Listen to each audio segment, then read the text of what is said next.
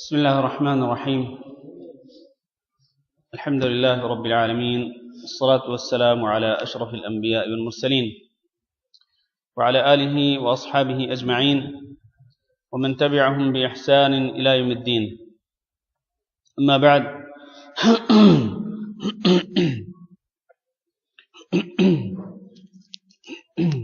محترم بھائیوں اور دوستو،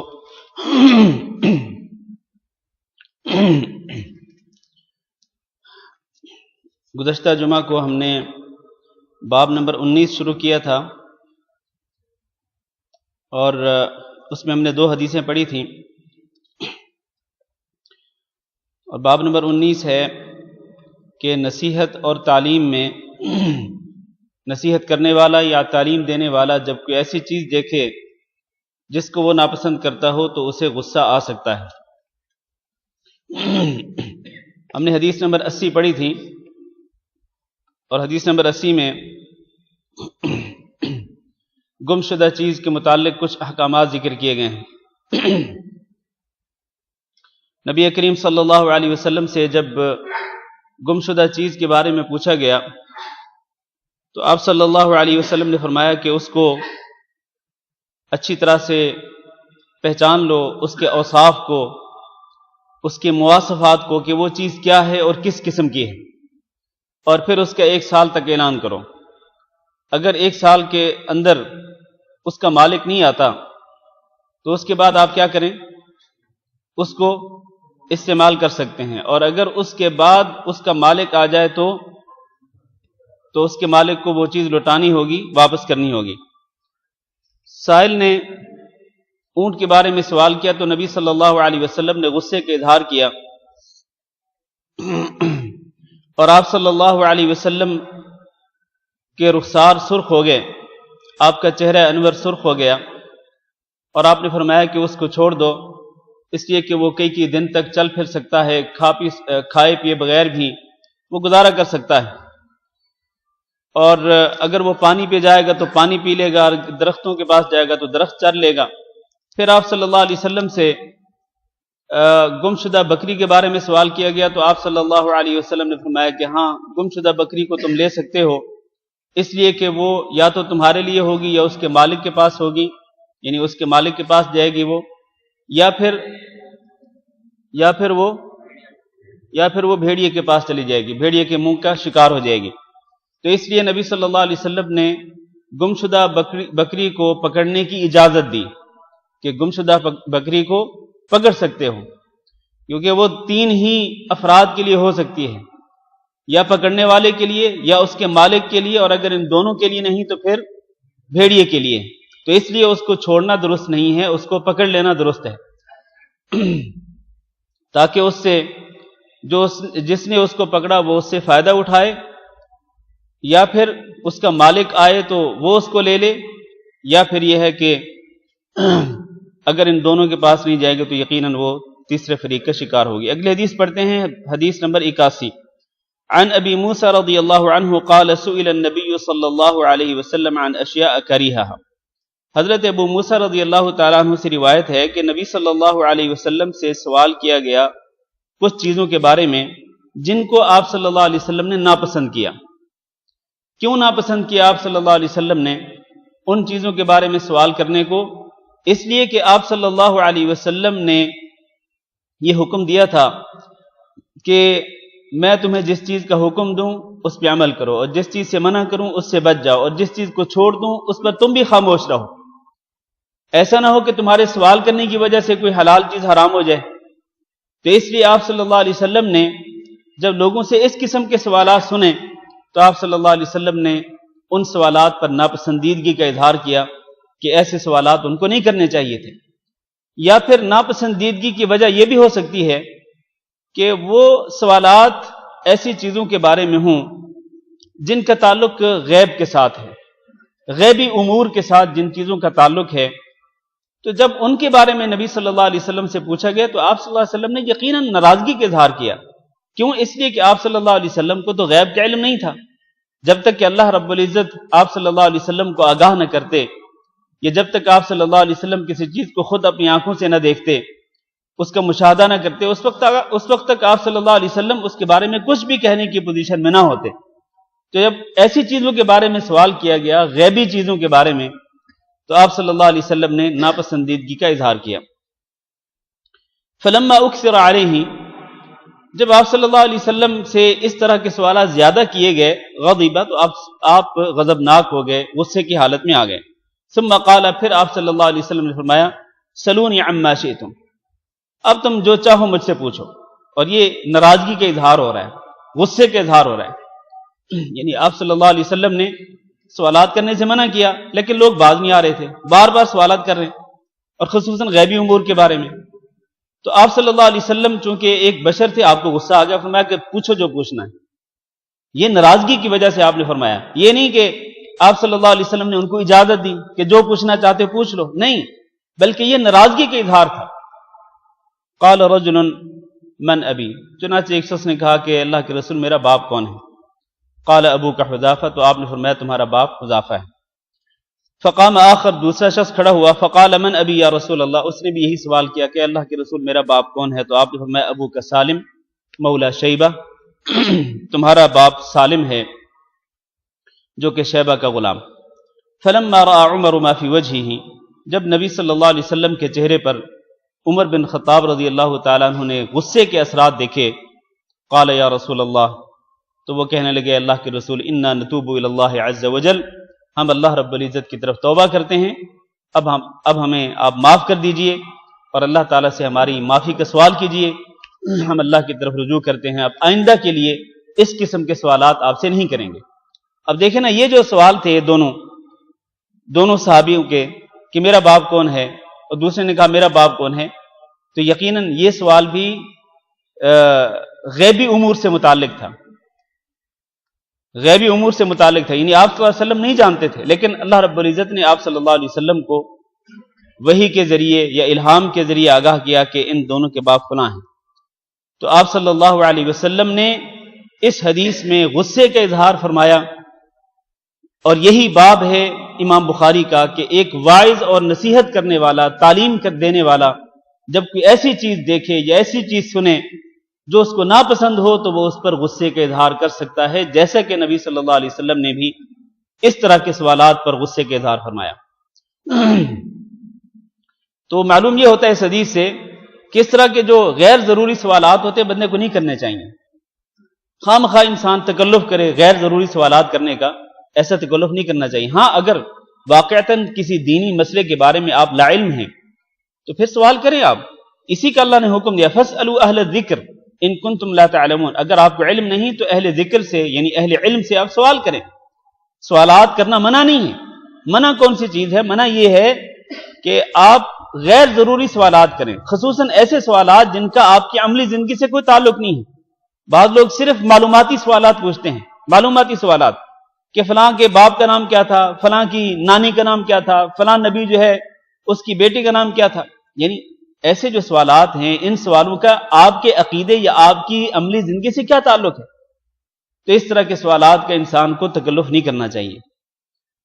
باب نمبر 20، باب من اعاد الحدیث ثلاثا لیفهم عنہ، بیان اس بات کا کہ ایک شخص اپنی گفتگو کو 3 بار دہرا سکتا ہے تاکہ اس کی گفتگو کو سمجھ لیا جائے اور اس کی گفتگو کو ذہن نشین کر لیا جائے، یعنی واعظ کرنے والا، نصیحت کرنے والا، تعلیم دینے والا، یا جو استاد کی سیٹ پہ بیٹھا ہے، استاد کے مرتبے پہ بیٹھا ہے، تو وہ شخص اپنے شاگردوں کو اچھی طرح سمجھانے کے لیے اور اپنی بات کو اپنے شاگردوں کے اچھی طرح ذہن نشین کرنے کے لیے وہ 3 بار دہرا سکتا ہے۔ عن انس رضی اللہ عنہ عن النبی صلی اللہ علیہ وسلم انه كان اذا تكلم بكلمة اعادها 3، جناب انس رضی اللہ تعالیٰ عنہ بیان کرتے ہیں نبی صلی اللہ علیہ وسلم سے کہ جب آپ کلام کرتے تھے، کوئی بھی کلام کرتے تو آپ صلی اللہ علیہ وسلم اس کلام کو، اس گفتگو کو 3 بار دہراتے تھے، حتی تفہم عن، یہاں تک کہ آپ صلی اللہ علیہ وسلم کی گفتگو کو اچھی طرح سے سمجھ لیا جاتا۔ وَإِذَا أَتَى عَلَىٰ قَوْمٍ فَسَلَّمَ عَلَيْهِمْ سَلَّمَ ثَلَاثًا، اور جب آپ صلی اللہ علیہ وسلم کسی قوم کے پاس آتے اور آپ ان کو سلام کہتے تو 3 بار سلام کہتے۔ تو اس حدیث میں گویا کہ 2 باتیں بیان کی گئی ہیں۔ ایک یہ کہ آپ صلی اللہ علیہ وسلم اپنی گفتگو کو 3 مرتبہ دہراتے تھے، اور اس میں کوئی حرج نہیں ہے۔ ایک ہی بار اگر 3 بار ریپیٹ کی جائے اور ریپیٹ کرنے والے کی نیت یہ ہو کہ سننے والے اس کو اچھی طرح ذہن نشین کر لیں، اچھی طرح اس کو سمجھ لیں، تو اس میں کوئی حرج نہیں۔ اب دیکھیں نا، یہ بات ویسے ایک عام سی بات ہے، چھوٹی سی بات ہے، یہ بات بھی اتنی اہم نہیں ہے، لیکن آپ امام بخاری کا جو تفقہ تھا، یعنی احادیث کو سمجھنا اور احادیث سے مسئلے اخذ کرنا، اس کی آپ داد دیجئے کہ امام بخاری نے ایک چھوٹی سی بات کو ایک حدیث سے ثابت کیا ہے کہ ایک گفتگو کرنے والا انسان جو ہے وہ 3 بار اپنی گفتگو کو ریپیٹ کر سکتا ہے تاکہ اس کی گفتگو کو سمجھ لیا جائے۔ ایک چھوٹے سے معاملے کو، چھوٹی سی بات کو امام بخاری رحمہ اللہ نے ایک حدیث سے ثابت کیا کہ نبی صلی اللہ علیہ وسلم اس طرح کرتے تھے۔ دوسری جو بات ثابت ہوتی ہے وہ یہ کہ آپ صلی اللہ علیہ وسلم جب کسی قوم کے پاس جاتے اور آپ ان کو سلام کہتے تو 3 بار سلام کہتے۔ یہ 3 بار سلام کہنا کس طرح کا؟ ایک تو آپ صلی اللہ علیہ وسلم پہلی مرتبہ سلام کہتے تھے اجازت لینے کے لیے، اور دوسری مرتبہ سلام کہتے تھے جب آپ اندر چلے جاتے، لوگوں کے پاس، قوم کے پاس پہنچ جاتے تو آپ ان کو وہ جو جس کو تحفہ کہا گیا اسلام کے اندر، تو وہ تحفہ پیش کرتے نبی صلی اللہ علیہ وسلم سلام کی صورت میں، تحیۃ من عند اللہ مبارکۃ طیبہ۔ اور تیسری مرتبہ سلام جو ہے وہ کب ہوتا ہے؟ جب نبی صلی اللہ علیہ وسلم وہاں سے اٹھ کے واپس لوٹنا چاہتے تو اٹھ کر جاتے ہوئے بھی نبی صلی اللہ علیہ وسلم 3 بار سلام کہتے تھے۔ اور یہ آپ صلی اللہ علیہ وسلم کی روٹین نہیں تھی، ایسا نبی صلی اللہ علیہ وسلم کا معمول نہیں تھا۔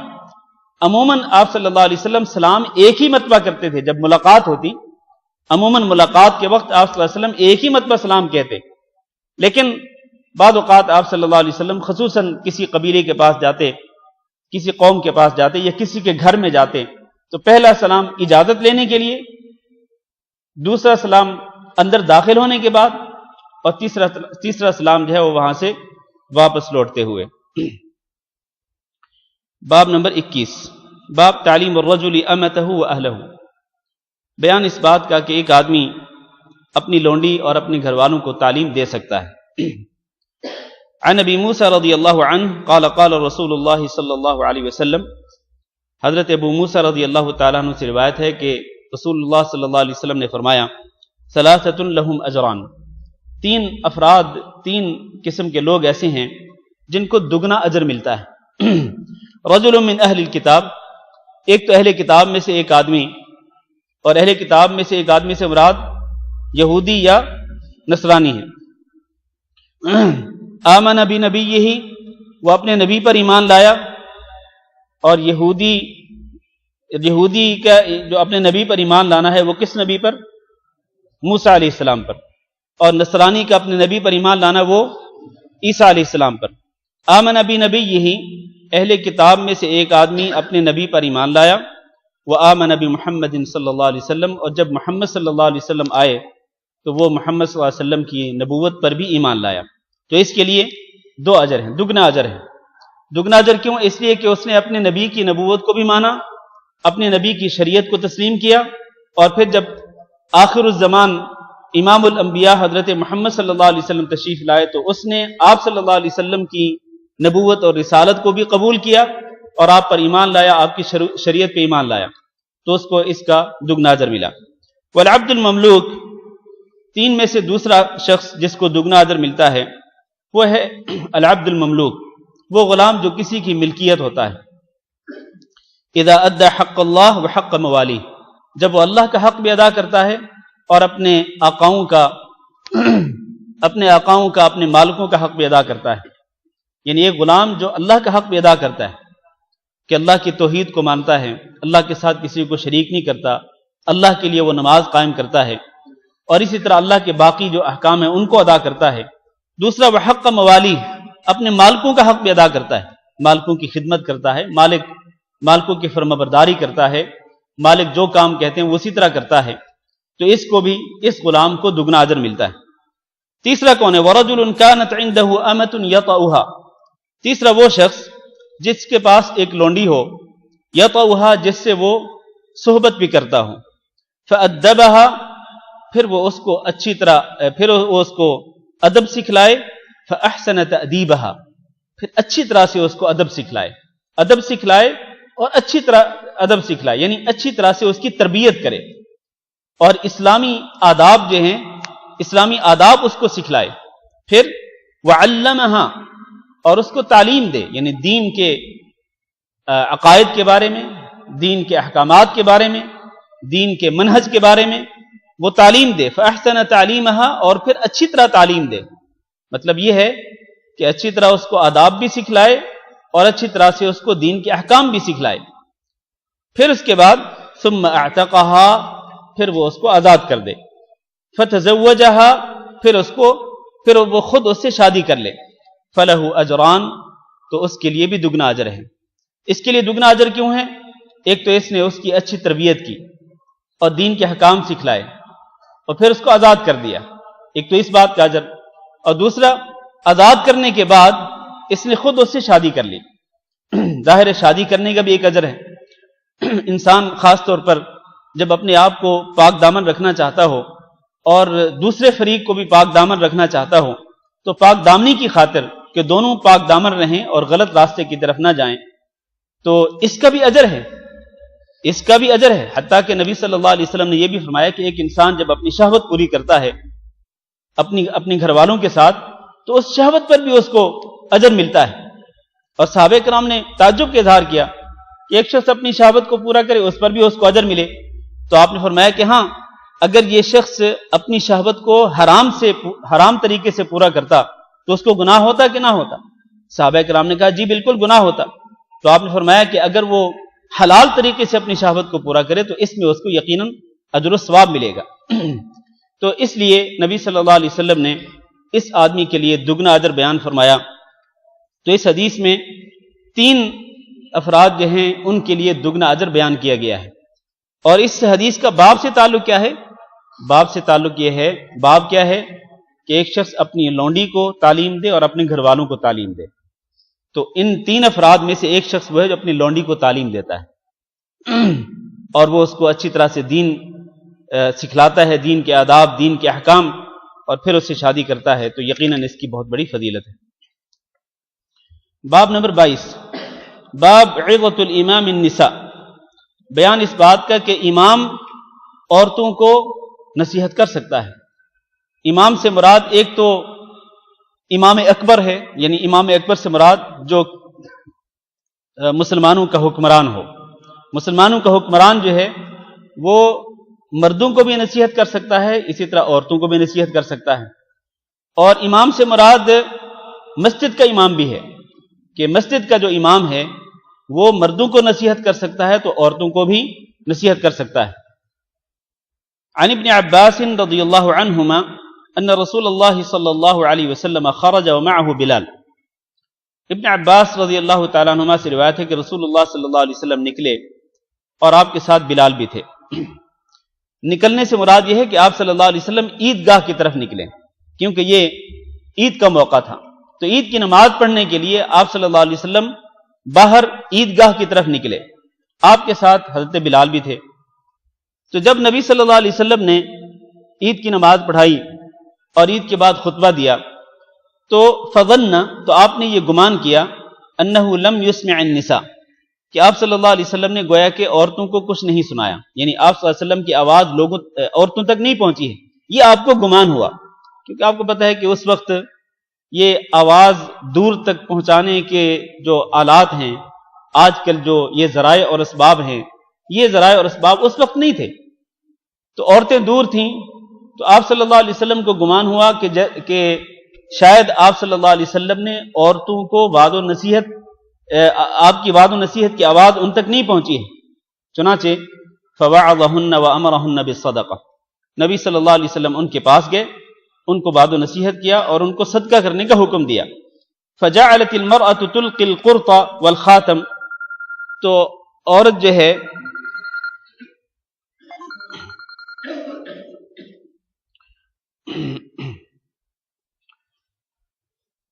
نبی صلی اللہ علیہ وسلم نے جب صدقہ کرنے کا حکم دیا تو عورتیں جو ہیں وہ اپنی بالیاں، قرط سے مراد بالیاں ہیں، جو وہ زیور جو عورتیں اپنے کانوں میں پہنتی ہیں، بالیاں پھینکنے لگیں، والخاتم، اور انگوٹھیاں پھینکنے لگیں. یعنی نبی صلی اللہ علیہ وسلم نے عورتوں کو صدقہ کرنے کی ترغیب دی. اور وہ حدیث معروف ہے، یہ حدیث یہاں مختصر ہے، جہاں تفصیلی حدیث ہے تو نبی صلی اللہ علیہ وسلم نے یہ ارشاد فرمایا تھا کہ اے عورتوں کی جماعت، میں نے جہنم میں دیکھا ہے کہ جہنم میں جن کو زیادہ عذاب دیا جا رہا ہے وہ کون ہیں؟ وہ خواتین ہیں. تو عورتوں نے سوال کیا کہ کیوں ایسا ہے؟ تو آپ صلی اللہ علیہ وسلم نے اس کی وجہ بھی بیان فرمائی. ساتھ ہی نبی صلی اللہ علیہ وسلم نے عورتوں کو صدقہ کرنے کا حکم دیا. تو جب آپ نے صدقہ کرنے کا حکم دیا تو عورتیں اپنی بالیاں اور اپنی انگوٹھیاں پھینکنے لگیں. وَبِلَالٌ يَأْخُذُ فِي طَرَفِ ثَوْبِهِ، بلال اپنے کپڑے کے کنارے میں ان کے ان زیورات کو جمع کرنے لگے. کپڑے کے کنارے میں، یعنی کپڑا اس طرح سامنے کیا ہوا تھا، تو وہ جو بالیاں اور جو انگوٹھیاں پھینک رہی تھیں صدقہ کرنے کے لیے، تو حضرت بلال رضی اللہ تعالیٰ عنہ ان کو جمع کرنے لگے. خلاصہ یہ ہے اس حدیث کے اندر کہ نبی صلی اللہ علیہ وسلم نے عورتوں کو خاص طور پر وعظ و نصیحت کی. تو اس سے ثابت یہ ہوتا ہے کہ ایک شخص جس کی ذمہ داری ہو وعظ و نصیحت کرنا، اور جس کی ذمہ داری ہو لوگوں کو تعلیم دینا، تو اس کو یہ ذمہ داری جو ہے وہ جہاں مردوں میں پوری کرنی چاہیے وہاں عورتوں میں بھی پوری کرنی چاہیے، کہ مردوں کو بھی وہ تعلیم دے، اس کے ساتھ ساتھ وہ عورتوں کو بھی تعلیم دے. کیونکہ تعلیم کے جہاں مرد محتاج ہیں وہاں عورتیں بھی محتاج ہیں، اور وعظ و نصیحت کے لیے جہاں مرد محتاج ہیں اسی طرح عورتیں بھی محتاج ہیں. تو اس لیے عورتوں کو بھی اسی طرح سے نصیحت کرنی چاہیے اور اللہ رب العزت کا دین ان تک پہنچانا چاہیے. باب نمبر 23، باب الحرص علی الحدیث، بیان اس بات کا کہ حدیث کو سننے اور حدیث کو ذہن نشین کرنے اور حدیث کو حاصل کرنے کے لیے انسان کے اندر حرص ہونا چاہیے، کہ انسان حدیث کو سنے. اور حدیث سے مراد نبی صلی اللہ علیہ وسلم کا فرمان ہے کہ آپ صلی اللہ علیہ وسلم کے فرامین کو انسان سنے، ان کو ذہن نشین کرے اور ان پر عمل کرے. عن ابی ہریرہ رضی اللہ عنہ قال قلت یا رسول اللہ من اسعد الناس بشفاعتک یوم القیامہ. سیدنا ابو ہریرہ رضی اللہ تعالیٰ عنہ کہتے ہیں کہ میں نے کہا اے اللہ کے رسول، قیامت کے دن آپ کی شفاعت کے لیے، آپ کی شفاعت کا سب سے زیادہ حقدار کون ہوگا، یا وہ کون خوش نصیب ہے جس کو قیامت کے دن آپ کی شفاعت نصیب ہوگی. قال رسول اللہ صلی اللہ علیہ وسلم، تو آپ صلی اللہ علیہ وسلم نے فرمایا لقد ظننت یا ابا ہریرہ، مجھے یقین تھا اے ابو ہریرہ، اللہ یسألنی عن هذا الحدیث احد اول منک، مجھے یقین تھا کہ اس حدیث کے بارے میں یا اس شفاعت کے بارے میں مجھ سے کوئی سوال نہیں کرے گا تجھ سے پہلے، یعنی سب سے پہلے آپ ہی سوال کریں گے. مجھے یقین تھا کہ آپ ہی اے ابو ہریرہ مجھ سے اس بارے میں پوچھیں گے، اس بارے میں سوال کریں گے. کیوں؟ لما رأیت من حرصک علی الحدیث، یہ ہے وہ جملہ جس کا تعلق اس کے باب کے ساتھ ہے، کیونکہ میں نے دیکھا ہے کہ تمہارے اندر بہت حرص ہے اے ابو ہریرہ، کہ تم میری حدیث کو سننا چاہتے ہو، میری حدیث کو حاصل کرنا چاہتے ہو. تو یہ جو تمہارا حرص ہے نا، اسی حرص کی بنا پر میں یہ سمجھتا تھا اور مجھے یقین تھا کہ اس کے بارے میں کہ قیامت کے دن کس خوش نصیب کو میری شفاعت نصیب ہوگی تم ہی سوال کرو گے، تم سے پہلے کوئی اور سوال نہیں کرے گا. تو اس سے معلوم یہ ہوا کہ انسان کے اندر حرص ہونا چاہیے، شوق ہونا. حرص سے مراد شوق ہے، کہ شوق ہونا چاہیے انسان نبی صلی اللہ علیہ وسلم کی حدیث کو سنے، آپ صلی اللہ علیہ وسلم کی حدیث کا علم حاصل کرے، یہ شوق ہونا چاہیے.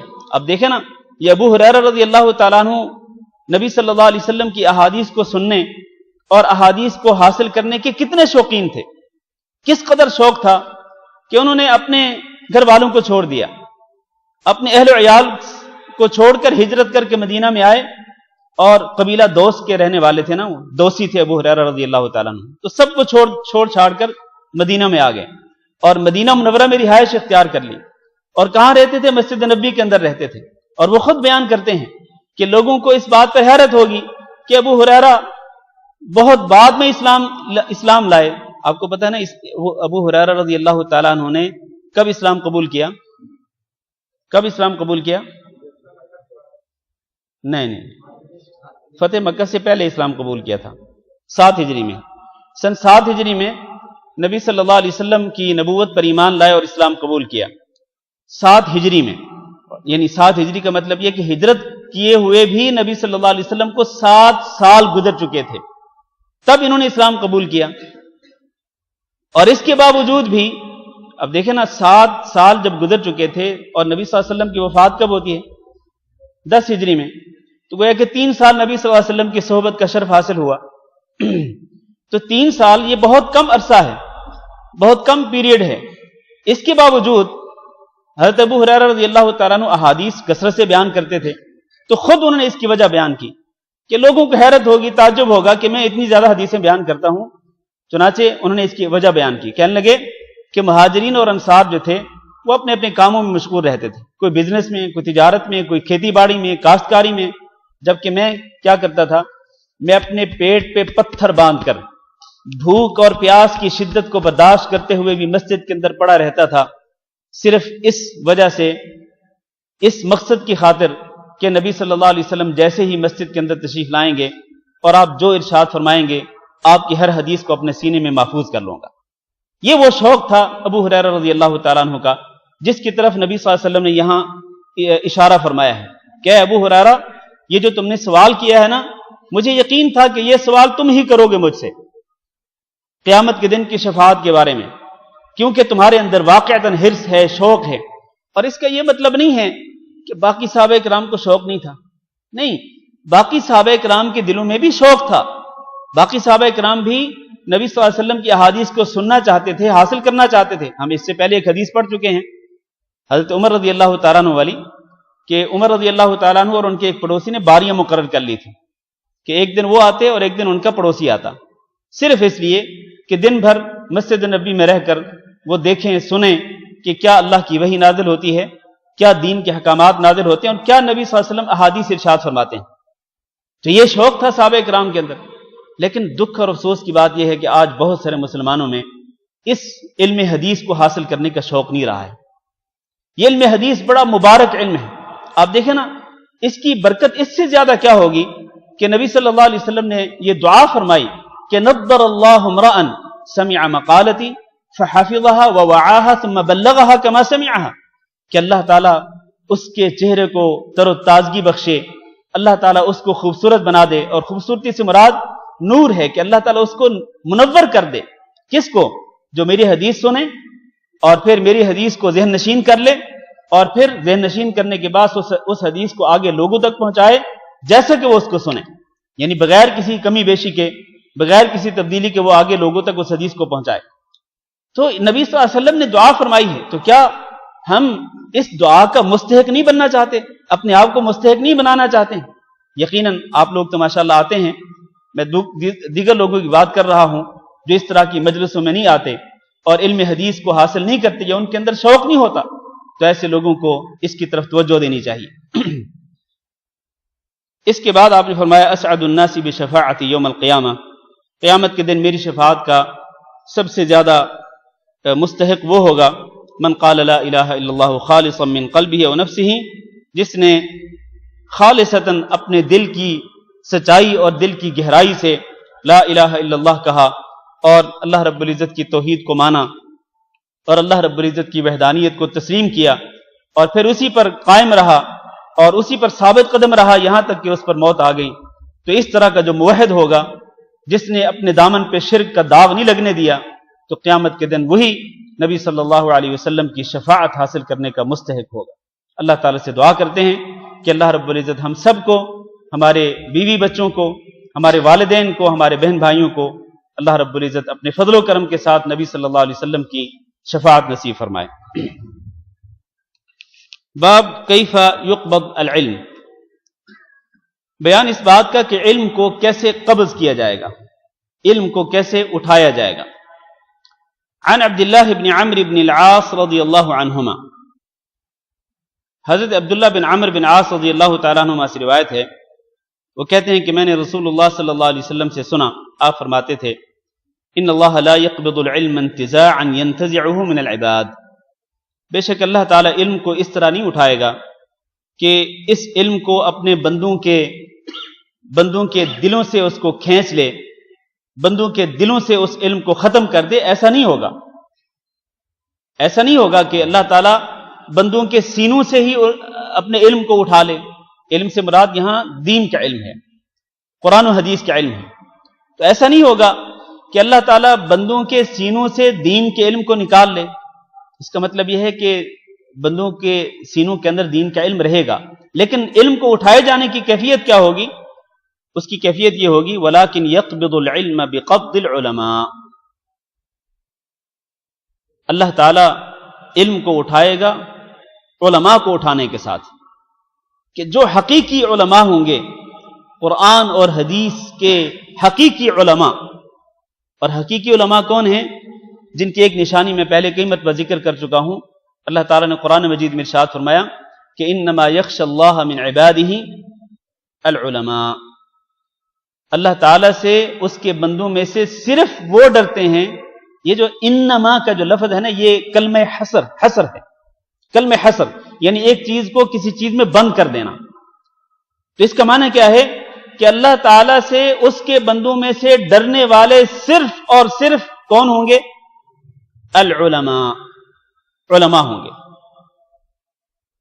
جن کے سینوں میں قرآن اور حدیث کا علم ہوگا اور اس علم پر وہ عمل بھی کرتے ہوں گے، اور اس علم کی وجہ سے ان کے دلوں کے اندر اللہ کی خشیت بھی پیدا ہوگی، وہ ہوں گے علماء۔ تو اس طرح کے علماء کو جب اللہ تعالیٰ اٹھا لے گا تو اسی کے ساتھ ہی علم اٹھ جائے گا۔ اور میں پہلے کہہ چکا ہوں کہ علم کو اٹھانے کی کیفیت یہ نہیں کہ اللہ تعالیٰ بندوں کے سینوں کو علم سے ویسے ہی خالی کر دے گا، نہیں، علم رہے گا لیکن علم پر عمل کرنے والے نہیں رہیں گے۔ اور علم پر عمل کی پہلی صورت کیا ہے؟ خشیت الہی، اللہ تعالیٰ سے واقعتاً ڈرنے والے جو لوگ ہیں علماء، اللہ تعالیٰ ان کو اٹھا لے گا۔ پھر کیا ہوگا؟ حتی اذا لم یبق عالما، جب اللہ تعالیٰ کسی ایک عالم کو بھی باقی نہیں چھوڑے گا، یعنی سب کے سب علماء کو اللہ تعالیٰ اٹھا لے گا۔ اور اگین میں وہی بات کہتا ہوں کہ علماء کو، جن علماء کو اللہ تعالیٰ اٹھائے گا اور وہ نشانی ہوگی علم کے اٹھنے کی، تو ان علماء سے مراد وہ لوگ نہیں جن کو ہم عام طور پر علماء شمار کرتے ہیں، علماء گردانتے ہیں، نہیں، علماء سے مراد وہ ہیں جو علم پر عمل کرنے والے اور جن کے دلوں میں اللہ کی خشیت ہے، اللہ سے ڈرنے والے۔ جب ایسے تمام علماء کو اللہ تعالیٰ اٹھا لے گا تو فرمایا اتخذ الناس رؤوسا جہالا، تو پھر لوگ جاہلوں کو وہ اپنے رئیس بنا لیں گے، جاہلوں کو اپنے سردار مان لیں گے، جاہلوں کو اپنے قائد اور اپنے راہبر اور اپنے رہنما مان لیں گے۔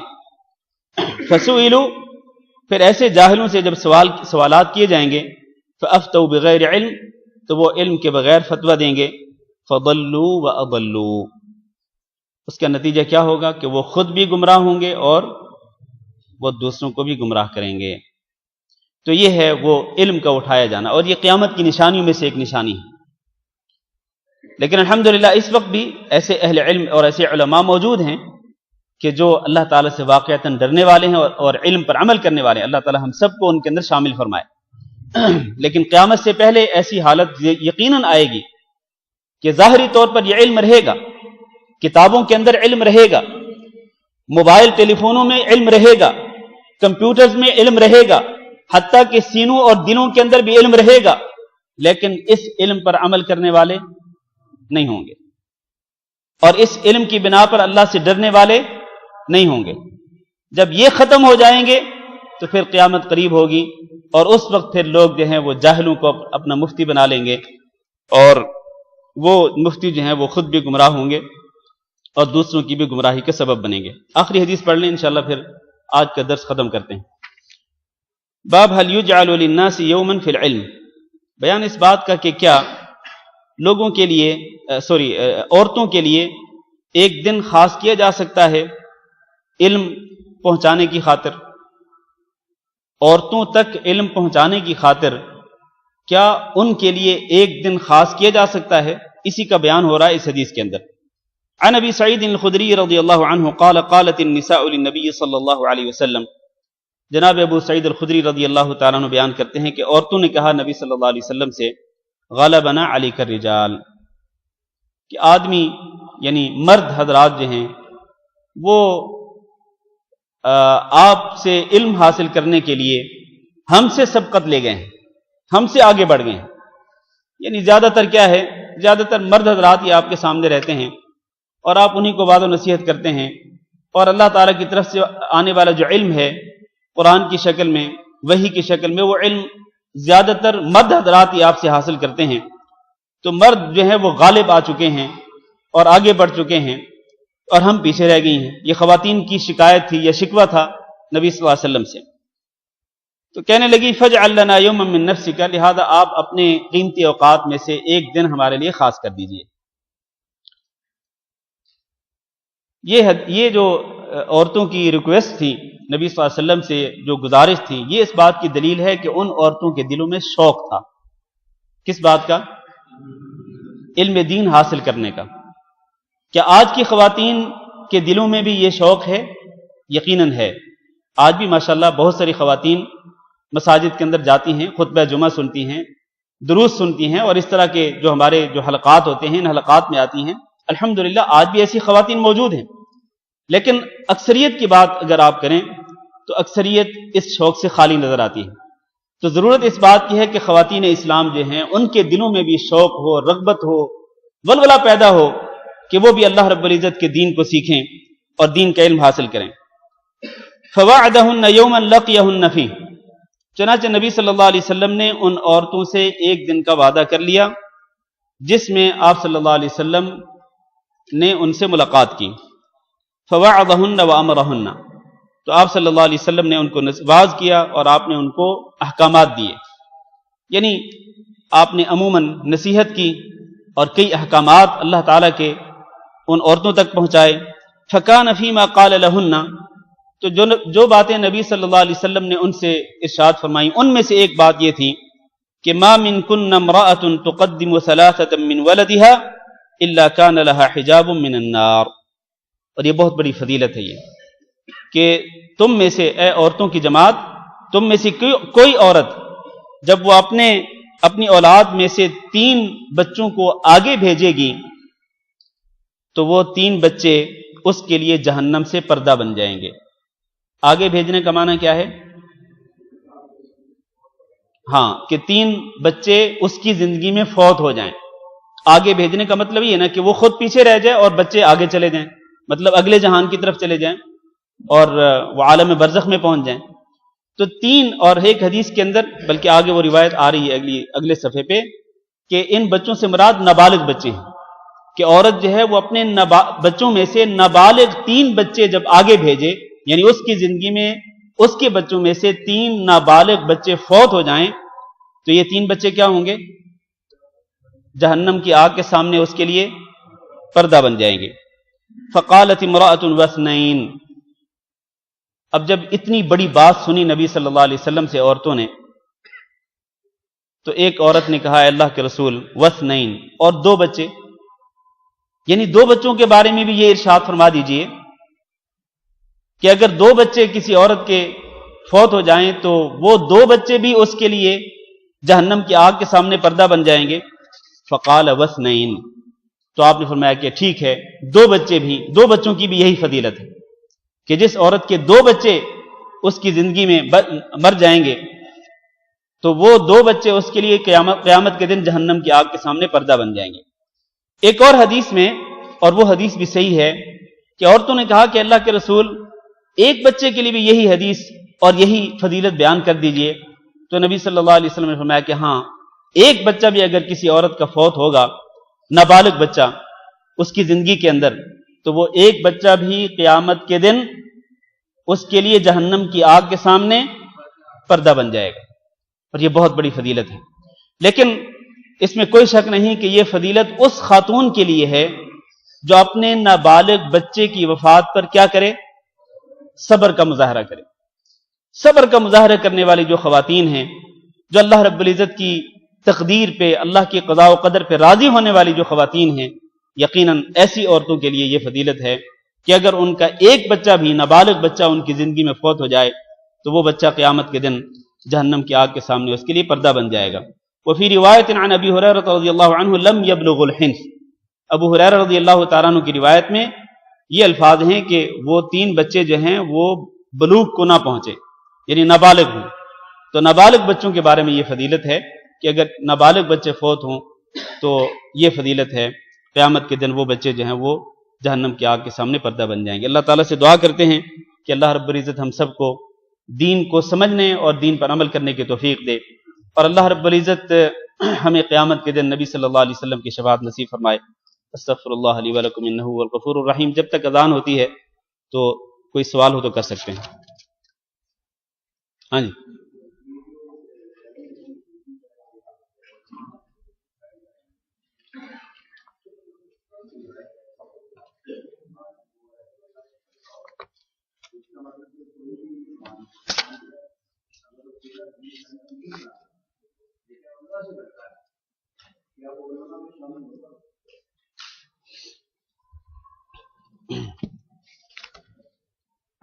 دیکھیں اللہ کی خشیت اسی کو حاصل ہوتی ہے جس کے پاس علم ہوتا ہے۔ جو نہیں پورے علم کی میں بات نہیں کر رہا، پورے علم کی بات نہیں کر رہا میں۔ پورا علم تو یقیناً بہت کم لوگوں کے پاس ہوتا ہے، بہت ہی کم افراد کے پاس پورا علم ہوتا ہے، حتیٰ کہ بڑے بڑے علماء کے پاس بھی پورا علم نہیں ہوتا ہے، ٹھیک ہے نا۔ تو اس سے مراد یہ ہے، جزاک اللہ خیر، اس سے مراد یہ ہے کہ جتنا علم اس نے حاصل کیا ہے، جتنا بھی ہے، چاہے وہ چند آیات کا علم ہے اور چند احادیث کا علم ہے، اور اس علم کی وجہ سے اس کے دل میں اللہ کی خشیت پیدا ہو گئی تو وہ ان علماء میں شمار ہوگا۔ ہاں جی، جزاکم اللہ خیر۔ جی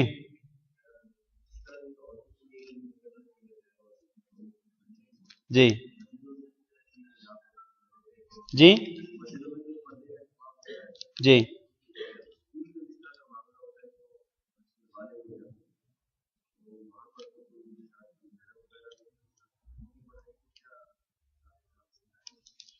اگر سکول کی بچیاں جو ہیں ان کے لیے بھی دینی علم کی خاطر ایک دن خاص کر دیا جائے اور پردے کا انتظام بھی ہو، وہ بچیاں جو بالغ ہوں اور وہ اسکول میں پڑھتی ہوں، اسکول کی انتظامیہ مینجمنٹ جو ہے اگر وہ ان بچیوں کے لیے دینی تعلیم کا اہتمام کرے اور دینی تعلیم دینے والا شخص مرد ہو تو اس کو چاہیے کہ وہ پردے کے پیچھے سے وہ ان کو تعلیم دے سکتا ہے، پردے کے پیچھے سے، اور وہ خود وہ بچیاں جو ہیں وہ بھی پردے کے اندر ہوں تو پردے کے پیچھے سے ان کی تعلیم کا اہتمام ہو سکتا ہے، اس میں کوئی حرج نہیں۔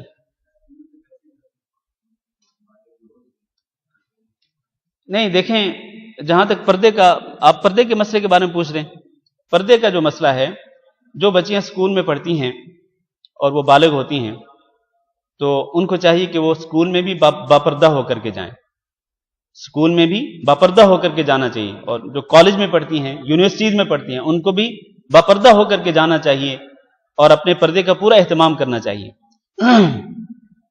تو ایسا نہیں ہے کہ پردے کا حکم باقی عورتوں کے لیے ہو اور یہ اسکول کی جو طالبات ہوتی ہیں ان کے لیے یہ نہ ہو، ایسا نہیں ہے، بلکہ یہ جو نوجوان بچیاں ہوتی ہیں ان کو تو اور زیادہ پردے کی ضرورت ہوتی ہے، چونکہ یہ گھروں سے نکلتی ہیں اور آج کل فتنوں کا دور ہے، تو اس لیے اس طرح کی بچیوں کو خصوصی طور پر، اور بچیوں کے والدین کو اس بات کا خیال رکھنا چاہیے۔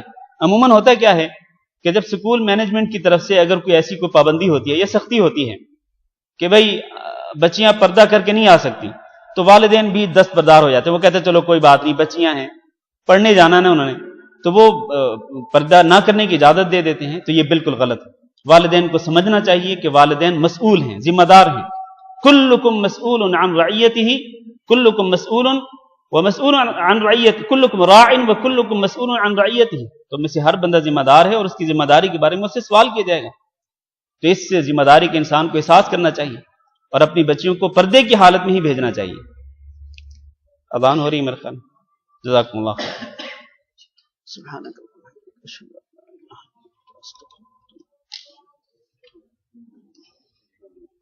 وعلیکم السلام ورحمۃ اللہ وبرکاتہ. اہل لو. وعلیکم السلام. خیریت سے. وعلیکم السلام. ہاں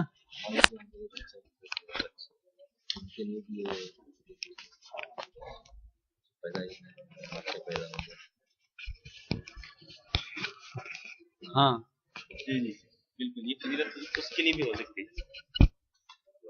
حیاکم. جی آمین. جزاک اللہ.